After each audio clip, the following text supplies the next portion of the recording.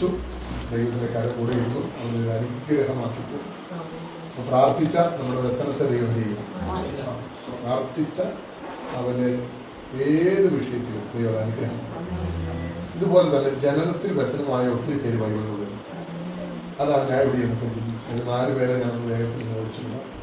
അതിൽ ഒന്നാമത്തെ വ്യക്തി എബേസാണ്. അദ്ദേഹം അമ്മ വ്യസനപുത്രൻ എന്ന് പറഞ്ഞെങ്കിലും അദ്ദേഹം പ്രാർത്ഥിച്ച വ്യസനം മാറ്റി. മറ്റൊരു കഥാപാത്രമാണ് ബെന്യാമിൻ, അല്ലേ?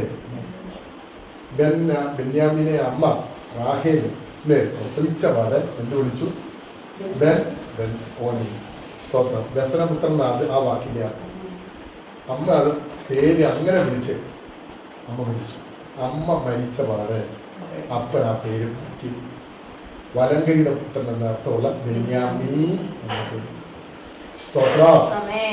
എന്നാൽ ജീവിതകാലം മുഴുവൻ അവനൊരു വ്യസനപുത്രനായി തീർന്നെന്നല്ല, അപ്പൻ അവന്റെ പേര് മാറ്റി.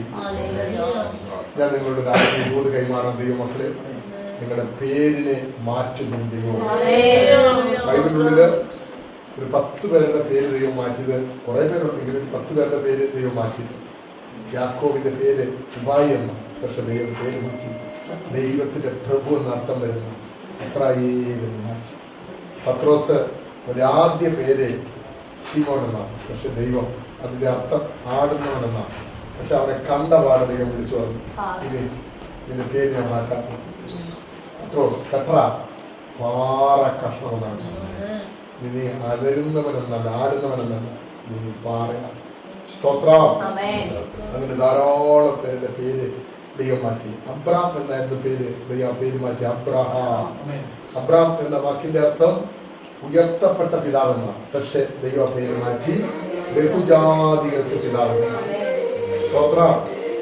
സാറായി എന്ന പേര് ദൈവം മാറ്റി സാറ എന്ന്. അങ്ങനെ ധാരാളം പേരുടെ പേര് മാറ്റി. ഇവിടെ ബെൻ ഓനി എന്ന പേര് മാറ്റി ബെന്യാമീൻ എന്ന പേര് ദൈവമാക്കി എന്ന് പറഞ്ഞാൽ അപ്പനാക്കി.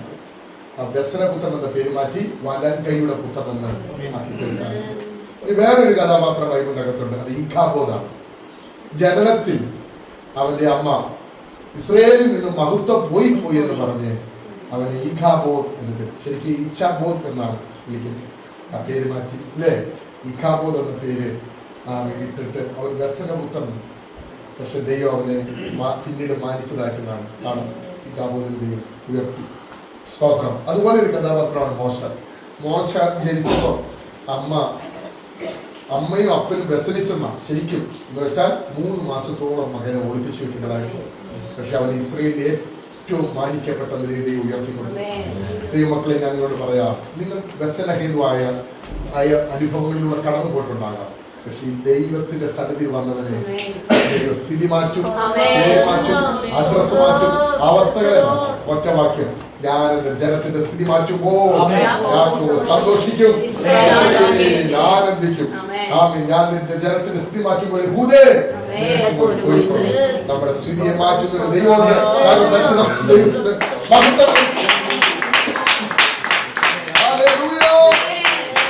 നമ്മുടെ പേര് മാറ്റുന്ന ഒരു ദൈവം. പണ്ട് ഒരു മനുഷ്യനെ കൊണ്ടരുതാത്തവരായി, പക്ഷെ ഇന്ന് നമ്മൾ എന്തെങ്കിലും ആയിട്ടുണ്ടെങ്കിൽ ദൈവമക്കളുടെ പദവി കിട്ടി നാം ദൈവമക്കളെന്ന് വിളിക്കപ്പെടാ. എത്ര വലിയ ഭാഗ്യമാണ് ദൈവം നമ്മുടെ പേര് മാറ്റി ദൈവമക്കൾ എന്ന പേര്. നമുക്ക് പുതിയ നിയമത്തിൽ തന്ന പേരുകൾ, ഒന്നാമത്തെ പേരാണ് ദൈവമക്കൾ. രണ്ടാമത്തെ പേരാണ് ശിഷ്യന്മാർ. മൂന്നാമത്തെ പേരാണ് രാജകീയ പുരോഹിത വർഗം. സ്തോത്രം. നാലാമത്തെ പേരാണ് സ്തോത്രം ശിഷ്യന്മാർ എന്ന പേര് കിടക്കുമ്പോൾ തന്നെ ദൈവ പൈതൽ. അങ്ങനെ കുറെ പേരുകൾ നമുക്ക് അന്തോക്കിയിൽ വെച്ച് നമുക്ക് ക്രിസ്ത്യാനികൾ എന്ന പേര് കിട്ടി. ഇതൊക്കെ ദൈവം തന്ന പേരുകളാണ്. എത്ര നല്ല പേരുകളാണ് ദൈവം നമുക്ക്. ദൈവം തന്ന നല്ല പേരിനായിട്ട് നമുക്ക് സ്തോത്രം ചെയ്യാം.